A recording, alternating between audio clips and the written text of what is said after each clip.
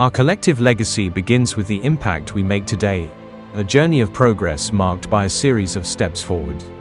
Celebrating an impactful year of provocative dialogues, call to actions and driving the country's economic growth.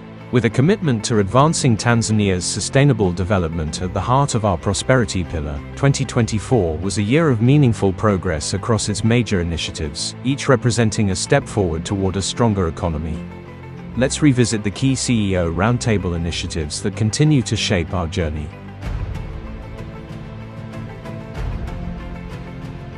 A step forward in our business and sustainability agenda.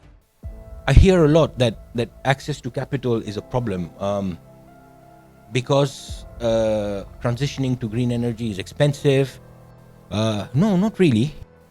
We've managed to raise a lot of funds over the years, and we continue to do so by exhibiting that we can actually do very little but always growing, and convince our funding partners that this is not just for tomorrow, this is actually going on. And Tanzania is beginning to push very strongly in the direction of exports. Everything from the agriculture sector to the tourism sector.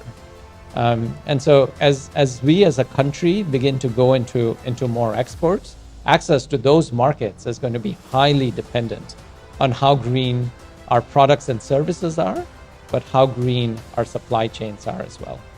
And so as the CEO Roundtable, we feel like we should start now.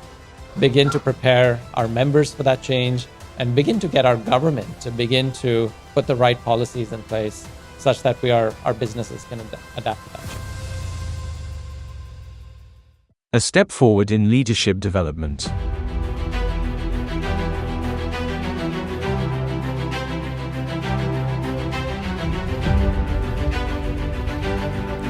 This momentous occasion marks the culmination with the graduation of the fourth cohort.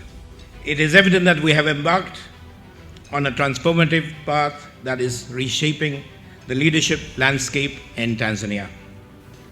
The success of this program is evident in the achievements of our graduates, and to date we can proudly say that we have 70 leaders which we have trained, and 30% out of them have actually been promoted to the level of CEOs, or maybe some of them have actually made themselves self-employed as CEOs of their own companies. One of the most impactful parts of the program for me was being paired with a CEO mentor. Having a mentor who is carefully matched to your journey is grounding. It helps you navigate not just the professional landscape, but also the personal growth required to lead effectively. This experience, and CAP as a whole, has left a lasting impact on me, one that I will carry forward in everything I do. After the CAP programs, the impact that it has had on me is tremendous. There is so much I'm learning from other people, networking, and I'm discovering that the power is within me. I needed to have the knowledge and the expertise to be a good leader. The mentorship sessions, which had people who have gone through different type of experience, having them a direct conversation, and then they process information, this is how they deal with information with other people. That was, the light. A step forward in gender equity. TEL's program in particular looks at women in various stages or income brackets, and it looks at empowering them both financially but also in terms of leadership skills. In a recently published McKinsey report, successfully dismantling the age-old gender norms and narrowing the global gender gap would result in multi-trillion-dollar economic benefits to be shared, where a 26% boost could be added to the global gross domestic profit by 2025. And this is how we answer the question, why think equal lead smart? Because it makes business sense.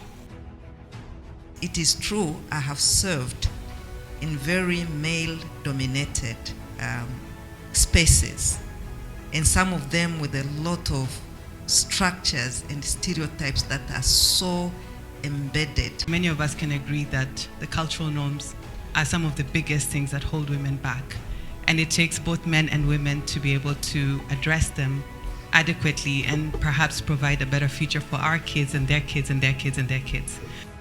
I'd like us to think about a lady called Mama Na, a widowed mother of 3. Despite facing formidable challenges and societal rejection, Mama Na's steadfast determination and innate innovation in all that she does transformed a modest loan of a couple of thousand shillings into a thriving micro business, which has enabled her to sustain her family and nurturing her children's dreams. It's amazing what women can do with the little that they have. All you need is that drive. When the world is silent and nobody is saying anything, one voice can change mindset. Huu ni wakati wetu kina mama. A step forward in thought leadership and knowledge sharing. Tanzania is predominantly driven by SMEs, so it's a huge part of our economic growth. The statistics show only 30% of family businesses succeed in the second generation. Second and third generations will always have different ambitions, objectives, drive, and so on. And by forcing them to run the business, not only are you creating unhappy people, but you also put the future of the business in hands that may not deserve it. We are diversified in more than 30 operating businesses, and therefore the question, how did we do it? We have to make money. It is very important. That's why we're in business. But we have to make money responsibly. Let's leverage at our expertise, at the experience that we have, and resources. And I think if we all go full force in tackling a particular, whether it's a socioeconomic impact, the impact out there will be felt more than only it's being done by a particular institution. Today is about finding ways to make your data work for you, to empower smarter decisions, and to create new opportunities for success. As the great Peter Drucker once said, what gets measured is only what gets managed. So the first step in developing a data culture is data literacy.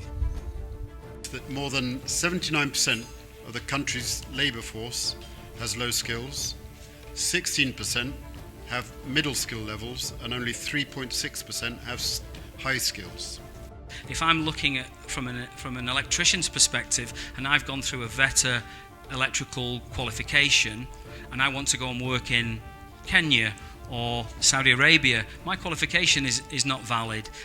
And in the short time I've been the Minister of State in the Prime Minister's office, dealing with my portfolio, I'm dealing with work permits as well.